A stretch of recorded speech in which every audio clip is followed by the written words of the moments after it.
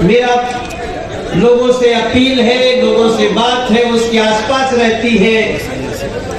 जब मैं गुनगुनाता हूँ कि मंदिर अब बनने लगा है,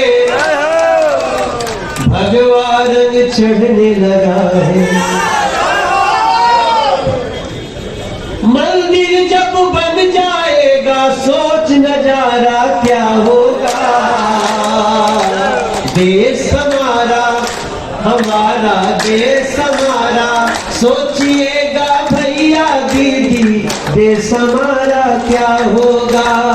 सोचिए तो सोच के देखो, इससे प्यारा क्या। ये गाना नहीं है, ये हमारे लिए एक, जब मैं लिखना शुरू कर रहा था कन्हैया मित्तल के साथ, तो मुझे उसका नजारा आ रहा था कि काशी अब सजने लगा है, डमरू भी बजने लगा है, पर डमरू जब असर करेगा सोच नजारा क्या होगा। हम लोग गंगा जी में घूमत रही जा, नाव में बैठ के जात रही जा 80 घाट से राजघाट तक, तो हमने के हर घाट पर घाट के नाम लिखल मिलत रहे, लेकिन जिसकी नगरी है बाबा विश्वनाथ का घाट नहीं दिखता था। धन्यवाद बीजेपी, धन्यवाद नरेंद्र मोदी कि अब बाबा विश्वनाथ के धाम का घाट भी आपको दिख रहा है।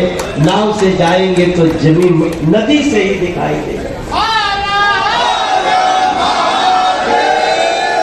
अब रंगले बसंती चोला, सड़क बनेगी, पुल भी बनेगा, होगा बम बम भोला। देवता भी जाग गईले, तुलसी के राम खातिर विश्वनाथ जाग गईले, रामायण बचावे खातिर देवता भी लाग गईले। हम अक्सर नरेंद्र मोदी जी को प्रणाम करते हुए कहते हैं कि देखो भैया, हमार जहाँ घर बा तहाँ के आप सांसद बनी, और जहाँ रहो बैठक अली तहाँ के हम सांसद बने। ये देखो कितना बड़ा भोले बाबा ने कृपा किया। मैं वहाँ का सांसद हूँ जहाँ प्रधानमंत्री जी बैठते हैं, और वो वहाँ के सांसद हैं जहाँ हम लोग गलियों में खेल खेल के बढ़े हैं। बीजेपी को जितना बहुमत के लिए चाहिए वो तो 350 के चुनाव।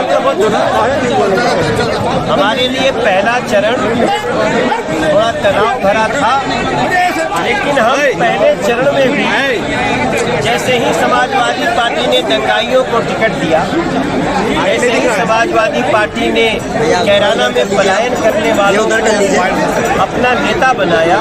पूरा पश्चिम समाजवादी पार्टी और आरएलडी के गठबंधन से दूर हो गई। अभी हम लोगों की जो इंटरनल सर्वे हम कई लोगों की देख रहे हैं, उसमें हमारा बहुमत का आंकड़ा तो 5वां चरण समाप्त होते ही हो गया था। अब अंतिम चरण बचा है, और अंतिम चरण में बीजेपी एक भारी बहुमत की तरफ अग्रसर है। हमारा 300 प्लस का ही टारगेट है, लेकिन जैसा लोगों का प्यार है, और पहली बार आप देखेंगे कि नो एंटी इनकम्बेंसी, 5 साल की सरकार के खिलाफ एंटी इनकम्बेंसी नहीं है। लोग बात कर रहे हैं, चुनाव की तैयारी कर रहे हैं, रैलियों में आ रहे हैं, जा रहे हैं। तो अगर इसका रिजल्ट 325 वापस हो जाए, 1-2 सीट ज्यादा भी हो जाए, तो ईवीएम पे सर ना पटके विपक्ष, ये मेरी प्रार्थना। आज ममता बनर्जी यहाँ पर थी, उन्होंने कहा कि यूक्रेन में छात्र फंसे हुए हैं, प्रधानमंत्री मीटिंग कर रहे हैं। ममता बनर्जी उस राज्य की मुख्यमंत्री हैं जहां चुनाव पहले भी हिंसा हुआ, और चुनाव बाद जीतने के बाद इन लोगों ने सड़कों पे हिंदुओं को पहचान कर जान से मारा, महिलाओं का बलात्कार किया, वो ममता बनर्जी का साथ समाजवादी पार्टी ले रही है। आज ममता बनर्जी मंच और सुनिए, हमारे 20,000 बच्चे यूक्रेन में फंसे हुए थे। कल तक 17,000 बच्चों को हमारी सरकार ने निःशुल्क अमेरिका भी भाड़ा लिया है, लेकिन भारत ने, नरेंद्र मोदी जी ने बिना किसी शुल्क के 17,000 कल तक आ गए थे। हमारे एयरफोर्स के, एयर इंडिया के विमान लगातार हैं। हमने एक अपना बच्चा खोया भी है, जिसका हमें बहुत दुख भी है। लेकिन आप समझ लीजिए कि पहली बार आप देख रहे होंगे कि जो भारत का झंडा लेकर के यूक्रेन से निकल रहा है, उसके ऊपर कोई अटैक नहीं हो रहा है। और पाकिस्तान के नागरिक भी भारत का झंडा लगा के बाहर से निकलना चाह रहे हैं। भारतीय के इवैक्यूएट होने का समाचार मिल जाए जी। और प्रधानमंत्री जी ने जिस तरह से मंत्रियों को, 4 मंत्रियों को भेजा हुआ है और सारे मंत्री जाकर एयरपोर्ट पर रिसीव कर रहे हैं। अभी थोड़ी देर पहले प्रधानमंत्री जी ने भी यूक्रेन से लौटे छात्रों से बातचीत की। तो आपको लगता है कि ये सब समन्वय बहुत बेहतरीन तरीके से किया गया है? मैं सिंपली मैं प्रणाम करना चाहता हूं नरेंद्र मोदी जी को। वो हमारे प्रधानमंत्री हैं, लेकिन ऐसी ईश्वरीय शक्ति है। आप सोचिए, जहां गोले बरस रहे हैं, आग बरस रही है, वहां हमारे 4 मंत्री काम कर रहे हैं। कोई डिसीजन लेना हो, उनको वहीं लेना है। और चारों को जयशंकर जी, विदेश मंत्री हमारे, कोऑर्डिनेट कर रहे हैं। नरेंद्र मोदी जी का ये प्रयास तब और भी समझ में आएगा देश को। और ममता बनर्जी जैसे लोगों को तो कभी समझ में नहीं आएगा।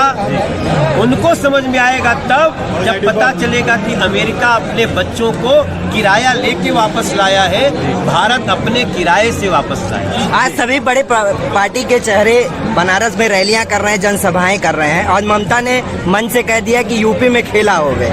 क्या कहेंगे इस पर?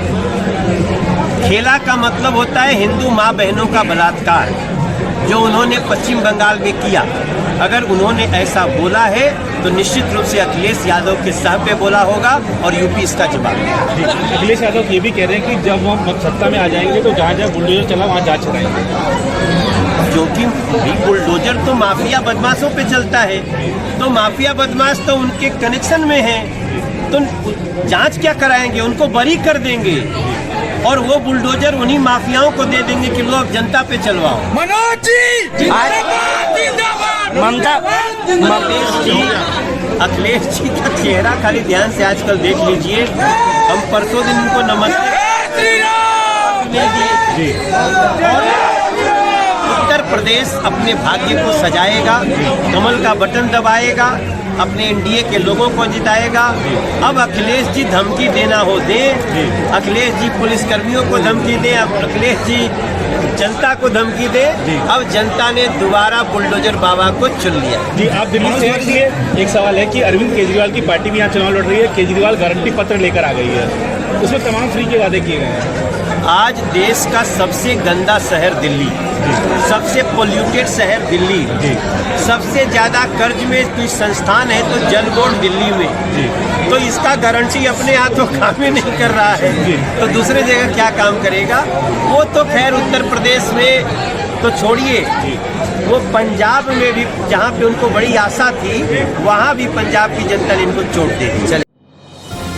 डिजिटल इंडिया का digital new platform live VNS पिछले 7 वर्षों से बनारस की सेवा में। पाइए बनारस के कोने कोने की खबर निष्पक्षता के साथ लाइव वीएनएस से। बनारस की ताज़ा तरीन खबरों के लिए प्ले स्टोर से डाउनलोड कीजिए लाइव वीएनएस ऐप या फॉलो कीजिए लाइव वीएनएस को सोशल मीडिया पर।